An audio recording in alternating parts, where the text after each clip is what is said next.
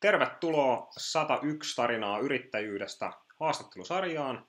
Tällä videolla sä kuulet yritysparraaja Sanna Jylängin yrittäjyystarina. Tervetuloa mukaan, Sanna. Moi moi, terve. Kiitos kutsusta. Loistavaa, että pääsit mukaan, ja ihan ensimmäiseksi mä kysyisin sulta tällaista isoa kysymystä, että miksi ylipäätään ryhtyy yrittäjäksi? Niin kuin ylipäänsä kukaan. Niin, että mitä on sellaisia syitä, mitkä sitten yleensä ihmisillä on ne, että miksi he päättää ryhtyä? Joo. No kyllä ne unelmat on semmoiset, että on tahto tehdä omalla tavalla ja toteuttaa sitä omaa unelmaa, omia ideoita ja niin kuin ennen kaikkea niin kuin omilla toimintatavoilla, että se on aika monella. Toki on sitten olemassa ihmisiä, jotka niin kuin tavallaan ajautuu, jossakin puhutaan pakkoyrittäjyydestä, minusta se on outo termi, mutta tavallaan, että yhteiskuntarakenne vaan muokkaa sitä, että ostetaan toinen toisiltamme ja se on niin kuin helpompaa ja notkeampaa monelle osapuolelle. Mutta kyllä se silti väitän, että suurella osalla on se tahto ja halu toteuttaa niitä omia asioita. Joo. Miten sun oma yrittäjyyspolku lähti liikkeelle ja kauan sä oot nyt toiminut yrittäjänä? Joo, se lähti 10 vuotta sitten. Itse asiassa ensi maanantaina tulee 10-vuotisjuhlat ja 10 vuotta kasassa yrittäjänä. Musta ei ikinä pitänyt tulla yrittäjää. Mä olin nähnyt suvussa sitä konkurssia ja kodin pakkohuutokauppaa ja kaikenlaista tarinaa, veljiä ja kaikkia tämmöistä niin kuin ikäviä asioita.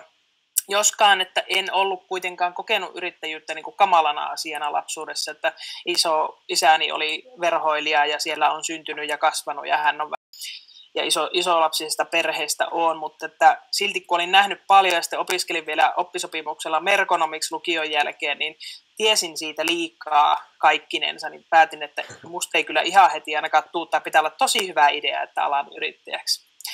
No sitten Kuopiosta on siis lähtöisiä 16 vuotta sitten muutin tänne Jyväskylään ja parin vuoden päästä tapasin nykyisen mieheni, joka sitten olikin yrittäjä. Ja olin ensin hällä töissä ja sitten muutaman vuoden päästä siitä eteenpäin, kun oli lapset tehty ja koti rakennettu, niin eräänä iltana mietittiin, että mitäs mä alkaisin tehdä. Ja sitten mä jotain erilaista, niin kuin olin päättänyt. Ja sitten mä sanoin, että no, alusvaatekauppa tai seksibisnes, siis seksitavara tämmöinen kauppa. Ja mies oli sitä mieltä, että no, sit, jos noi on vaihtoehdot, niin sitten se alusvaatehomma. No, selvä.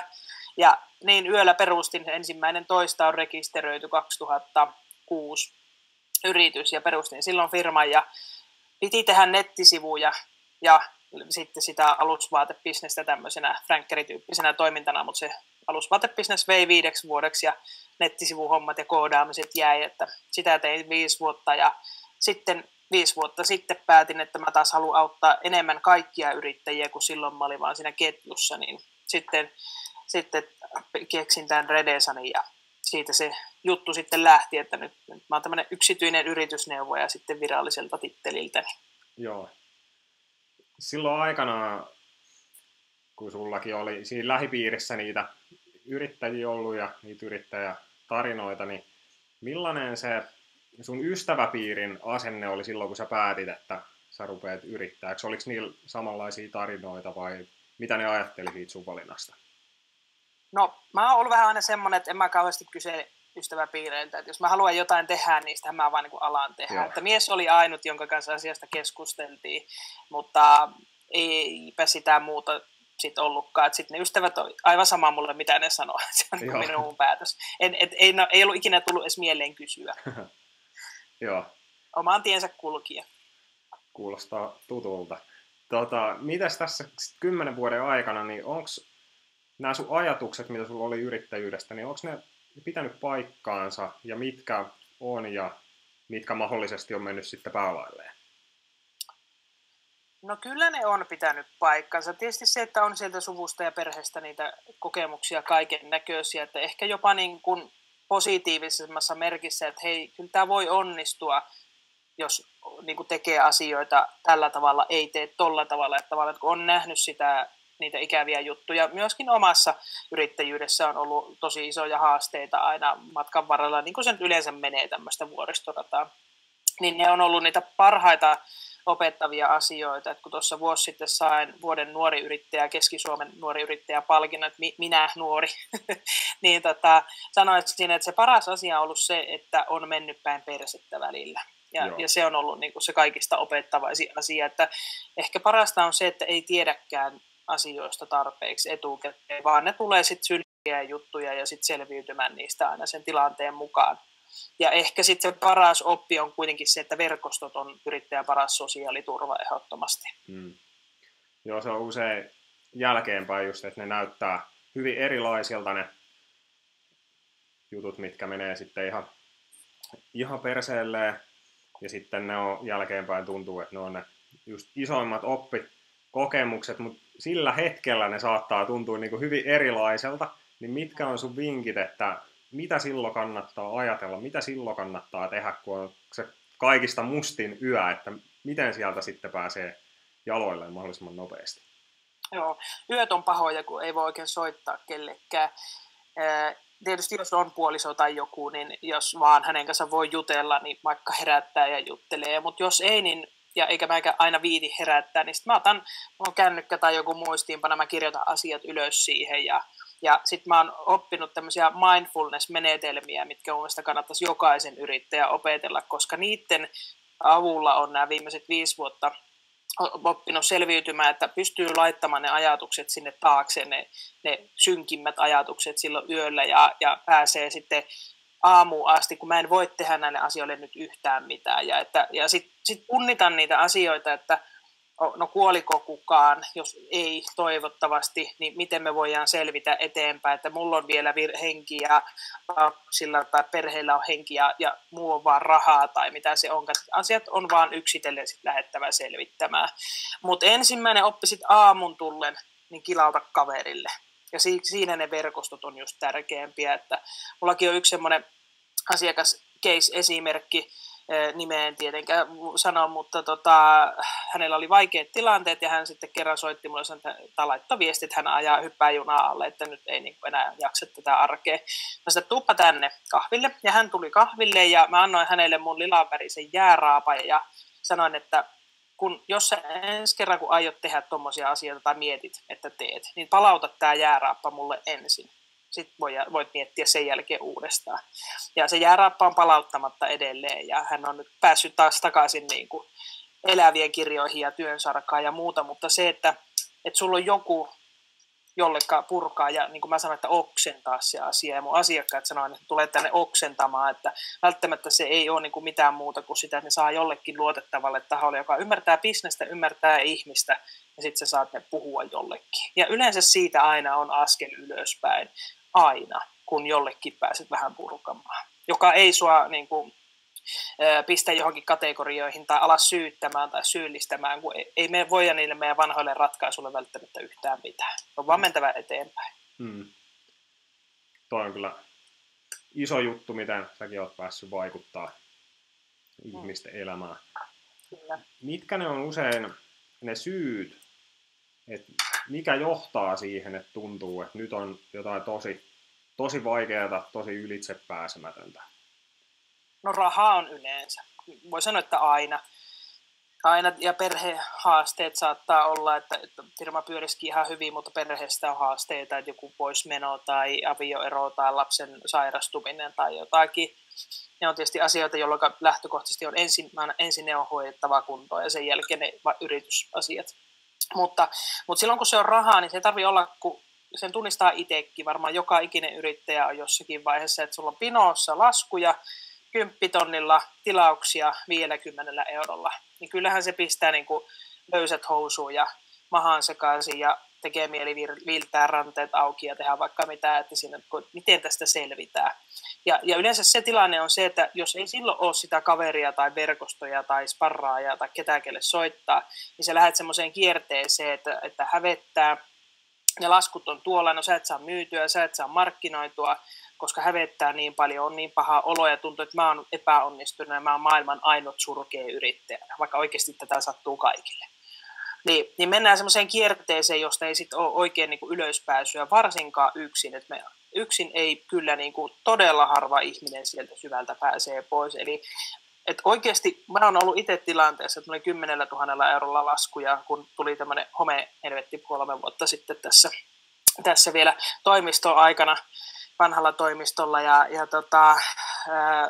Ei siinä oikein mitään muuta auttanut kuin miettiä, että miten mä pääsen ylös. Ne ihmiset nosti ylös ne verkostot, niitä asioita, miten ne laskut maksetaan, minkälaisella aikataululla, ja sitten vaan ruvettiin niin kuin kaikesta huolimatta tekemään myyntiä ja tekemään markkinointia ja selviytymään niin kuin yksi päivä kerrallaan.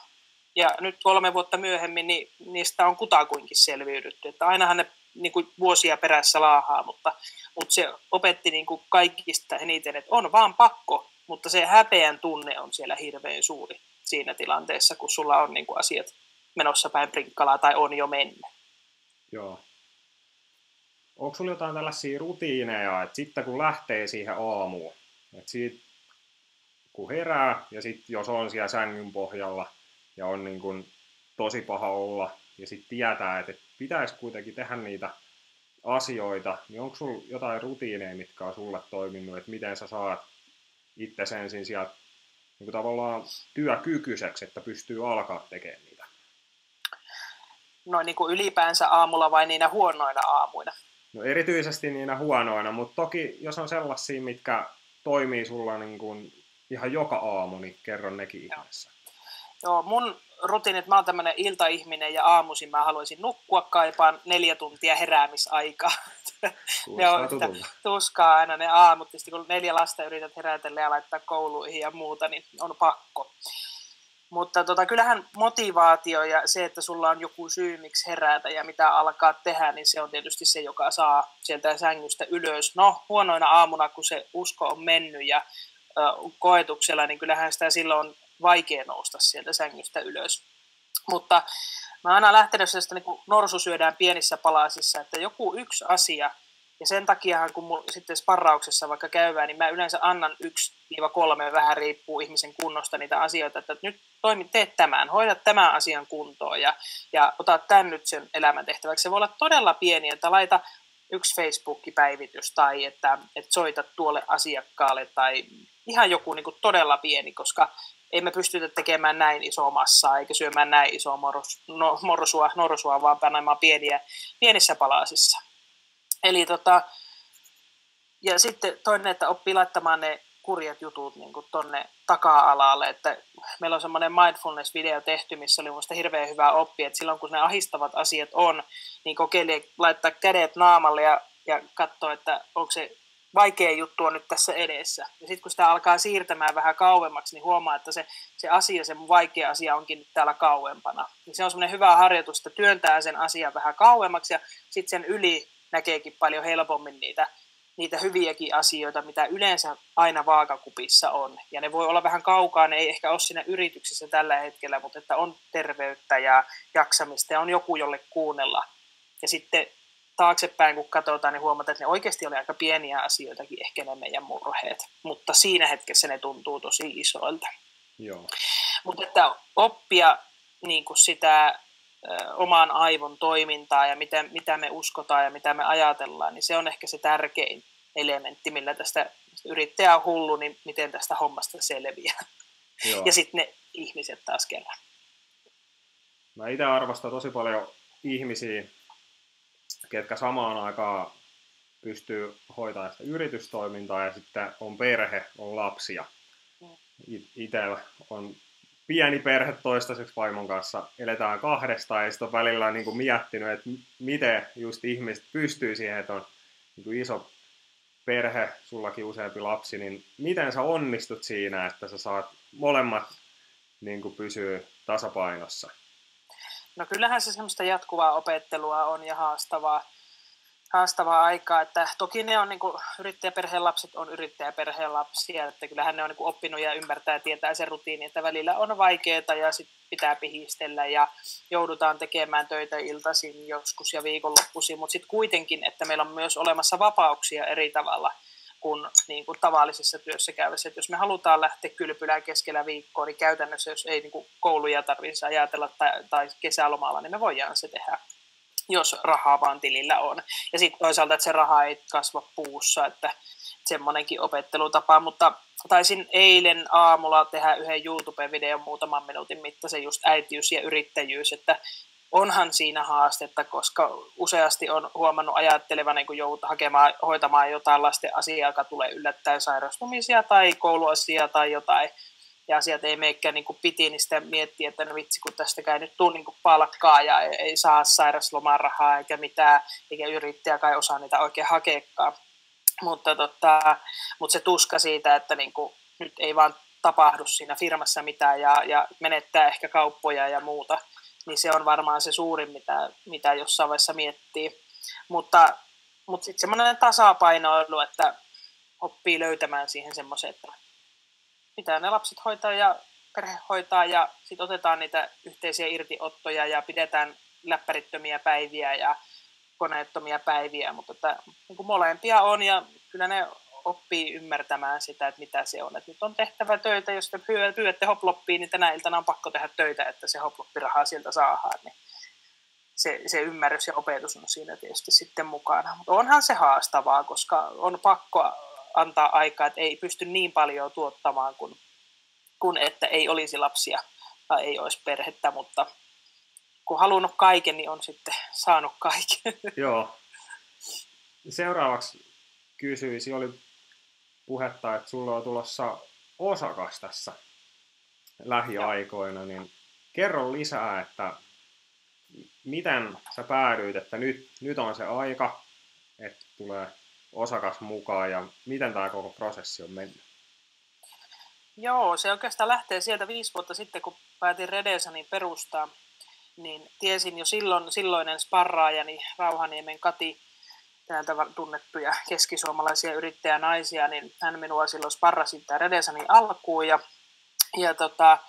sanoi silloin, että pyri alusta asti etsimään osakkaita itsellesi. Mä tiesin sen jo itsekin alusta asti, että haen heti kumppaneita, että tästä aion tehdä niin ison jutun, että tätä ei yksinään voi tehdä.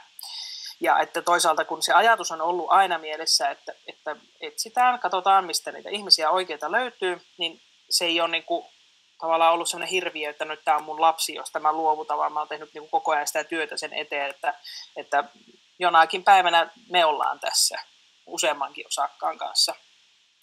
Ja eli tavallaan on kirjoittanut sen sinne alusta asti, että tulen hakemaankin osakkaita. No, se homma ei ollut ihan niin yksinkertainen löytämisessä, koska tämä mun ala on semmoinen edelleen kai Suomen ainoa yksityinen yritysneuvoja ja tämmöinen pirun pienten yritysten sparraaja, että tämmöistä ei ole kukaan tehnyt aikaisemmin, niin tätä on saanut tehdä aika paljon tämä kenttää ja viestintää, että mikä hitsi tämä oikein on. Ja sitten ne ihmiset, ja kun mäkin olen tämmöinen somepöhöttäjä ja joka paikassa menossa ja naama on niin kuin siellä sun täällä, niin moni pelkää sitten sitä, että ne ei ole pysynytkään tahissa ja on ollut niin kuin osakaskeskusteluja aikaisemminkin, mutta on sitten ehkä tullut jänistäminen tai muuta, että ei musta olekaan tähän. Ja no nyt sitten löytyi pikkusen ennen joulua, mulle tuli asiakas, joka tuli yhteisen yhden verkoston kautta, tuli sparraukseen ja olisiko me 5 minuuttia keskusteltu, kun mäkin sitten siinä vaan sivulausessa heitin, että niin minäkin olen tähän firmani osakasta etsinyt. Hän oli aloittamassa yrittäjänä ja siitä se sitten hän vaan sanoi, että hei, ota mut. Ja niin se tunnin sparraus venyi 3 tunnin keskusteluksi ja sitten me muutama päivä tavattiin sen jälkeen ja nyt on sitten paperit tuossa pöydällä, että käytännössä niin kuin kuinkin valmiina kaikki, että maanantaina julkistamistilaisuus on. Tämä asia nyt jo puhuttukin tietysti julkiseksi, mutta että sieltä se sitten lähti. Paperisotahan se nyt lähinnä on tässä toimiva firma, niin hän pääsee sillä tavalla, että sitten hän suoraan tekemään ja käyntikortit on helppo tilata ja logot on valmiina ja nettisivut, että silleen niin kuin helppo, mutta ehkä enemmän sitten ne osakassopimukset ja muut, että kun on toimiva firma, niin miten jaetaan osakkeita ja osuuksia ja kuka tekee ja mitä tekee, niin se on sitten ihan ollut tämmöisiä, mun puoliso on tämmöinen sopimusasioissa ekspertti, niin hän sitten pystyy paljon onneksi auttamaan siinä. Ja suosittelenkin kaikkia, jotka näitä asioita rupeaa pohtimaan tai mitä tahansa sopimuksia, niin käyttäkää asiantuntijoita, lakimiehiä ja sopimusosaajia, että sopimukset kannattaa tehdä alussa kuntoon, että sitten jos jotain sattuu, niin on kaikki paperille laitettuna. Joo. Mutta tavattoman onnellinen olen, että nyt on sitten löytynyt semmoinen niin kuin tasavertainen ihminen, joka haluaa kehittää ja ajattelee asian niin kuin tosi suuresti, koska eihän tämä muutenhan ei tehdä suuria, jos ei ajatella suuresti. Emme mitään hajua ole, että miten me ne tehdään, ne systeemit, mutta me tiedetään, että me halutaan se tehdä, niin ne ratkaisut löytyy sitten kyllä. Ja nyt voidaan niin kuin sparriparina, me puhutaan toisistamme, että pystytään aina niin kuin jakamaan huolet ja murheet ja ilot ja kaikki ja tekemät, ei tarvitse yksinään kehittää. Mitkä oli kriteerejä, kun sä sitten valitsit, kun sä alusta asti mietit, että sä etit osakasta, niin mitä sä ajattelit, että nämä kriteerit, jos täyttyy, niin sitten tämä henkilö pääsee mukaan? Että mitä oli ne kaikista tärkeimmät? No pitää olla ainakin älyttömän kiinnostunut pienyrittäjistä, siis näistä pirun pienistä. Et jos on vaan semmoinen, että joo, mutta kun PK-sektorilta saa enemmän rahaa niin kuin isommista yrityksistä, niin ei onnistu. Et täytyy olla niin kuin sydäntä ja halua tehdä pienyrittäjäkentän kanssa hommia. Se on mun sydämen palo kuitenkin. Ja sitten semmoinen niin kuin riittävän rohkea, ulospäin suuntautunut, joka uskaltaa laittaa naamansa peliin ja tulla minun kanssa videoihin pöhisemään ja olla esillä ja ajatella isosti, niin siinäpä ne oikeastaan on. Joo. Älyä tietysti on hyvä olla myöskin jonkun verran, mutta tämmöisellä ihmisellä on jo sitä. Joo. Olen sun kanssa samaa mieltä, että verkostoituminen on tosi tärkeää. Mitä vinkkejä sä antaisit, kun ihminen lähtee perustamaan sitä omaa toimintaa, ja jos on ehkä vähän sillä ujokin, ja ei oikein tiedä, että mistä mä lähtisin verkostoitumaan ja miten, niin mitä vinkkejä sä antaisit?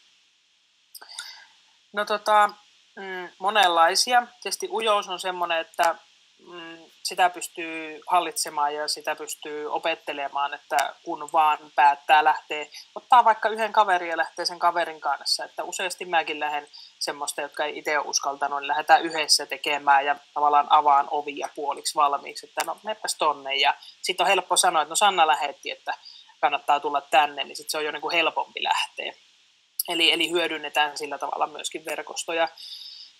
No sitten jos johonkin lähtee, niin mä sanon, että se small talkkaaminen, mikä on meille vaikeaa, niin siitä mä oon paljon puhunut ja kirjoittanutkin niin somessa kuin liveenäkin, niin se on kauhean tärkeää opetella. Eli mennä höpöttelemään näitä ihmisten kanssa. Ja painotan, että myös siellä somessa, Facebookissa, Twitterissä, kaikkialla, kun sitten tapahtumissa, etsii jonkun tyypin menee juttelemaan, onko se käykö täällä usein. Ihan niin kuin mentäisiin treffeille, ei se sen kummempaa oikeastaan ole. Ja sitä kautta lähtee rakentamaan. Sitten käyntikortit tietysti matkassa vaihdetaan kontakteja ja pidetään huolta myös jatkossa niistä, että yksi ihminen kerrallaan tai tapahtuma kerrallaan. Ja ehkä helpointa uudelle yrittäjälle niin liittyä paikalliseen yrittäjäjärjestöön ja osallistua siellä aamukahveihin. Siellä on jo niitä yrittäjiä ennestään. Ja väitän, että lähes joka puolella kaikki uudet yrittäjät ovat tervetulleita näihin, eikä maksakaan mitään. Että pitää ottaa ja lähteä. Ei kukaan tule kotoa hakemaan. Se on niin kuin se ensimmäinen fakta. Joo, toi oli kyllä itselläkin just niitä ensimmäisiä, mitä tuli tehtyä, niin paikalliseen yrittäjäjärjestöön. Siellä oli paljon tapahtumia ja huomasi, että otettiin kyllä niin kuin just tosi hyvin vastaan. Oikein, no voi melkein sanoa, että kukaan ei tuntenut, että kuka mä olin. Ja kaikki oli jotenkin tosi samahenkisiä. Ja sitten se oli tosi helppoa aloittaa se juttelu, kun oli niitä niin kuin samoja kiinnostuksen kohteita. Kyllä. Itse silloin 10 vuotta sitten, kun firman perustin, niin samana yönä liityin yrittäjänaisiin samaan tien. Että nämä on Suomen yrittäjät ja yrittäjänaiset on niin kuin 2 eri järjestöä, yrittäjäjärjestöjä kylläkin kumpikin, mutta liityin heti sinne ja juurikin tämä verkostoituminen ajatuksessa ja päätin hakeutua myös hallitukseen, koska tiesin, että sieltä saa hyvän näköalapaikan taas sitten alaspäin, eli lähdin puuhaamaan ja kyllä se on kannattanut, että on se tuottanut tulosta paljon. Joo. No mitäs sulla, varmaan moni pystyy samaistumaan, itse muistelee jotain, piti joskus yläasteella pitää jotain esitelmää, niin jännitti ihan kauheasti ja kädet tärisi ja sitten yrittäjänä on hyvä olla kuitenkin jonkun verran esillä, just niin kuin säkin mainitsit, että tehdä vaikka videoita tai blogitekstejä, niin mitkä on sun vinkit, että jos vähän jännittää se esiintyminen, niin esimerkiksi mulla oli niinku tosi vaikeaa tehdä videoita niinku montakin vuotta, että mä tein 2010 muistaakseni ensimmäisiä videoita ja ne oli niin kuin aika kauheata kuraa, jos näin niin kuin rehellisiä ollaan. Ja siinä on kyllä tullut opittua matkan varrella monia juttuja. Mutta mitkä on sun vinkit, että miten esiintyminen ja videoiden tekeminen, niin miten siihen saa sitä rohkeutta? No tietysti ensin pitää tuntea itsensä. Siitähän se lähtee ihan pohjimmilta, että täytyy olla sinut itsensä kanssa, että jos mulla on nenäkarvat tonne päin tai tukka väärinpäin tai silmät eri paria tai puhun hassusti tai että pelätään, että puhunko mä nyt oikeilla termeillä, että ymmärtääkö ihmiset, niin pitää tuntea itsensä ja tehdä päätös, että mä oon tämmönen, sanokoot muut mitä sanoo, teen tätä omalla tyylilläni ja piste. Ja sitten pyrkiä olemaan ajattelematta, että mitä ne muut ajattelee. Ne on niinku ihan ensimmäiset asiat. Ja sitten oikeastaan lähtee harjoittelemaan. Meillä on nykyisin kännykät ja älypelit ja muut, niin ei, mutta kun rupeaa videoimaan ja testaamaan ja ottaa vaikka jonkun kaveri ja antaa sen katsoa, koska itsestään ne näyttää aina hirveältä. Kyllä minäkin aina kun katsoin, jos viitsin katsoa enää omia videoita, siis lähetän ne suoraan yleensä vaan nettiin, koska tiedät, että se asia meni sinne ja se on hyvä näin. Niin siellä on aina joku, joka, että no niin, olipa hassu ilme alussa tai jotenkin silmät kiinnittää muuta, mutta so what? Se on ihan tavallista niin kuin inhimillistä. Niin kuin me tässä nyt jutellaan, niin sillä tavalla mä kouluttaisin tuolla liveenä kuin tässä videolla. Mä oon ihan samanlainen ihminen. En mä siitä pääse, niin kuin, jos mä paan pussin päähän, niin sitten mä voisin olla piilossa, mutta olisiko siitä mitään hyötyä? Ei.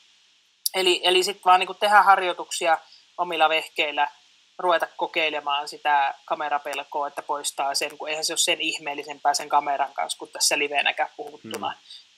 Ja sitten muistaa, kun lähtee esiintymään, niin että kun se ensimmäinen ajatus on aina ihmisellä, että jos joku tuolla tietää enemmän kuin minä, niin entäs sitten? Jos se tietää enemmän, niin kun ei mene sinne sillä asenteella, että mä oon tässä niin se besservisseri, joka kaikesta tiedä, vaan että kysykää, olkaa eri mieltä, kommentoikaa, keskustelkaa. On siinä ikään kuin takki auki ja valmis ottamaan, että hei, enpä mä nyt tohon tiedäkään vastausta, mä voin selvittää. Tai olipa hyvä kommentti, en tullut ajatelleeksi tuolta kannalta. Eli on siinä niin kuin vaan semmoisena avoimena omana itsenään, niin se ehkä niin kuin helpottaa. Totta kai se vaatii aika paljon, että sä pystyt sen tekemään ja harjoittelun tulosta, mutta harjoittelu tuottaa mestarin, että sitä se melkein on, että lähtee tekemään rohkeasti vaan.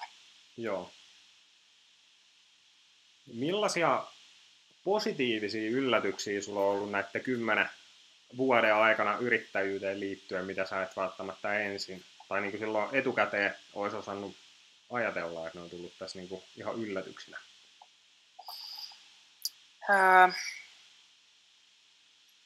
No varmaan se, että tietysti mä hyppäsin sieltä alusvaatebisneksestä tänne konsultointibisnekseen, vaikka mä itse en konsultoinnista puhu, vaan sparraamisesta, mutta noin virallisella nimikkeellä olen konsultti.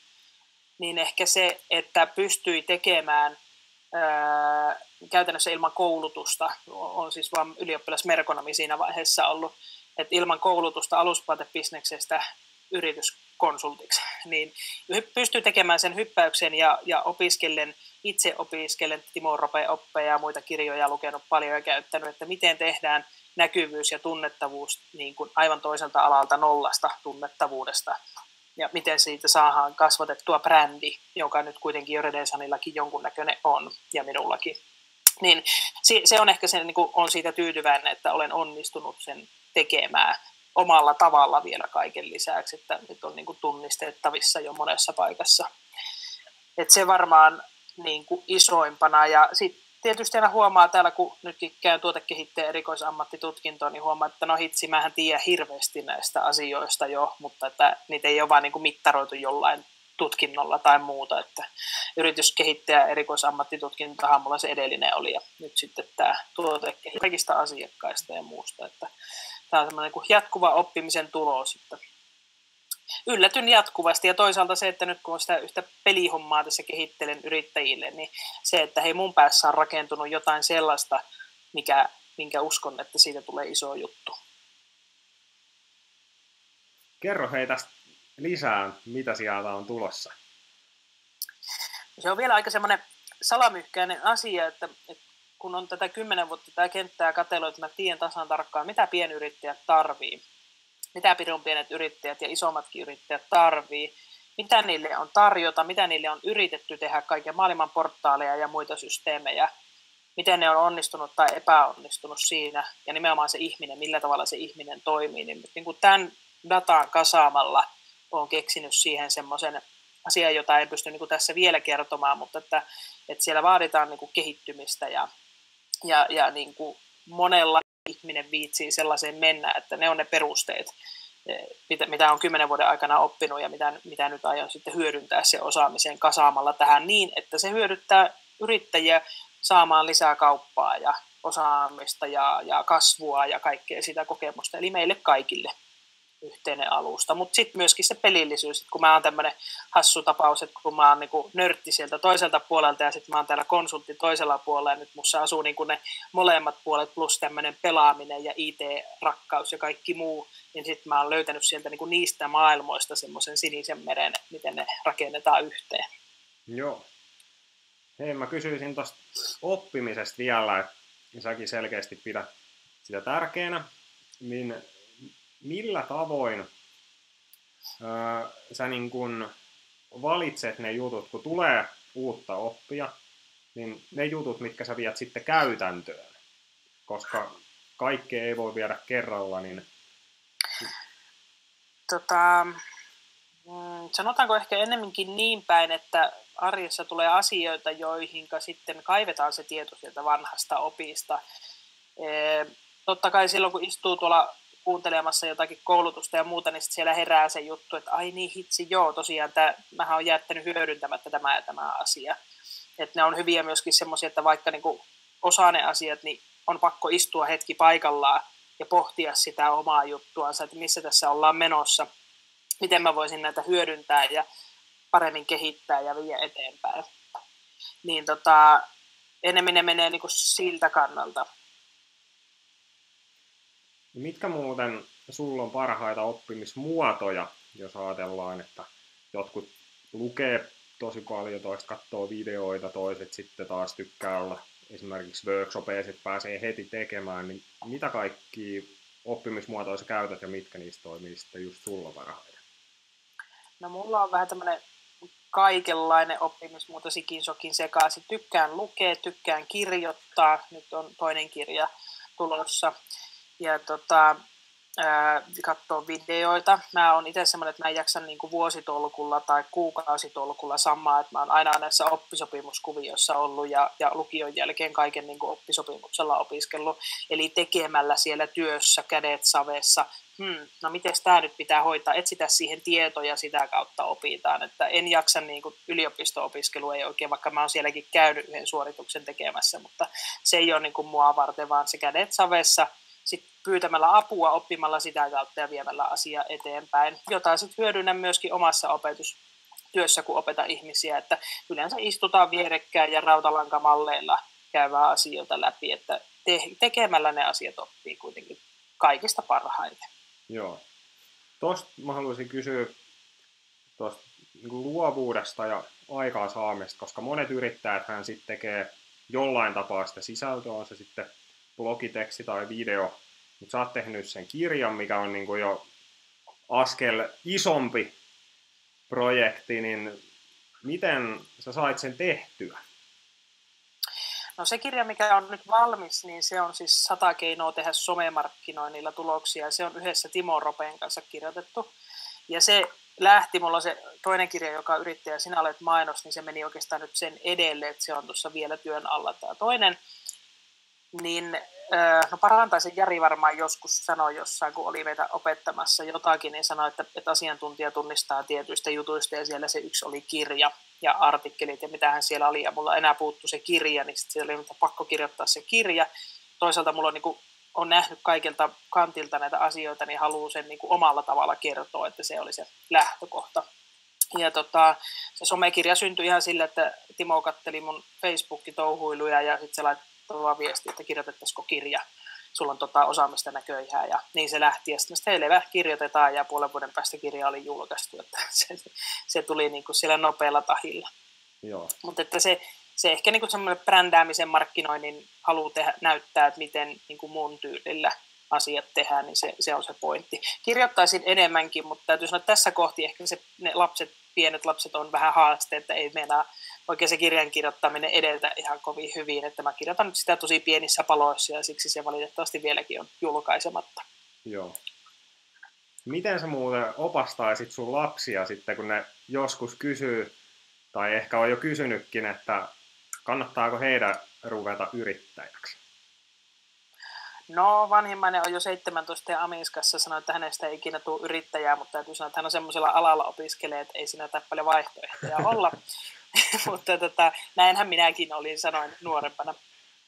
No, pojasta on kuulemma tulossa kokki, hän on 13 vuotta täyttää justiinsa, että hänelle se yrittäjyys on jotenkin niin kuin todella verissä. Mutta kyllä se, ehkä se, että juurikin ne verkostot ja lähdet tekemään kaikkea, mitä sä nyt teet, niin poika on kirjoittaa blogeja ja tehkää videoita ja kaikkea tämmöistä, että sitä matskua sinne pohjalle mahdollisimman paljon. Kaikki, mitä me tehdään elämän aikana, niin se vaikuttaa meidän tulevaisuuteen ja myyntiin ja asiakkuuksiin. Joo. Lopuksi mä kysyisin vielä tällaista vaikka 3 kohdan tiivistystä, että mitkä on ne kaikista isoimmat opit, mitä sä oot tässä 10 vuoden yrittäjyyspolulla oppinut?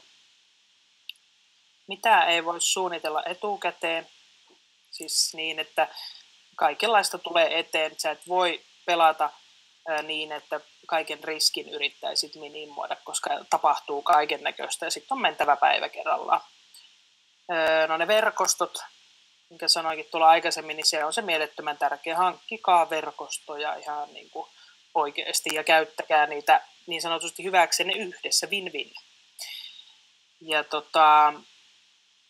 ehkä sitten semmoinen positiivinen ajattelu kuitenkin kaikesta huolimatta, että pääsee kuitenkin eteenpäin, että emme olla yksin tässä, että on aina joku, jolta kysyä ja pääsee silleen niin kuin eteenpäin. Ja sitten ehkä se, että silloin kun menee päin persettä, niin muistaa, että hei, tämä on nyt se oppi mulle, tämä se korkeakoulu tähän asiaan, että tämä kertoo mulle nyt jotakin ja kun me tämä käydään läpi, niin sitten me ollaan vielä parempia. Niin kuin mä sanoin, että kun mennyt päin persettä, niin se on ollut sitä parasta oppia. Silloin on oppinut miettimään asioita uudella tavalla, kun on ollut pakko ja halu. Joo. Millaiset terveiset sä vielä lopuksi lähettäisit kaikille, ketkä on jo yrittäjiä, ja sitten niille, ketkä pohtii tällä hetkellä, että olisikohan tämä heidän polku? Just tänä aamulla oli Twitterissä jonkun kanssa käytiin keskustelua, että on pohtinut yrittäjyyttä. Se lähtee siitä, että pitää olla tarpeeksi pikkusen hullu. Ja se motivaatio, että kun on oikeasti kovasti haluaa jotakin tehdä, niin kaikki asiat kyllä järjestyy tavalla tai toisella. Välillä huonosti, välillä hyvin. Eli usko ja valmis tekemään asioiden eteen monenlaista, tulemaan myös niin kuin mukavuusalueen ulkopuolelle. Esimerkiksi myynti ja markkinointi on monelle se suuri peikko ja ongelma, mutta sitä vaan, ja uskaltaa tehdä videoita, pitää uskaltaa lähteä esille. Ne on niitä tämän päivän juttuja. Ja sitten olemassa oleville yrittäjille, niin kilauttakaa kaverille, jos ahistaa, aina välillä ahistaa, ja kertokaa tarinoita eteenpäin, koska tarinat on kaikista parhaita, ja uskaltakaa olla esillä. Ja sitten pitäkää verkostosta huolti, että puoli ja toisi, että enhän mäkään hyvänen aika muista kaikkia mun verkostoihmisiä, mutta kontaktoidaan puoli ja toisi aina silloin tällöin somessa ja liveenä, niin kyllä ne kaupat vaan sieltä kotiutuukin ihan oikeasti ennen pitkään, kun jaksaa niiden kanssa askarrella. Tämä on tämmöistä ei pikajuoksua, vaan maratonia koko ajan. Kyllä. Kiitoksia tosi paljon Sanna haastattelusta ja menestyksekästä vuoden jatkoa. Kiitos samoin sinulle ja paljon kiitoksia, kun pääsi haastatteluun mukaan ja tsemppiä myöskin sinne teidän suuntaan.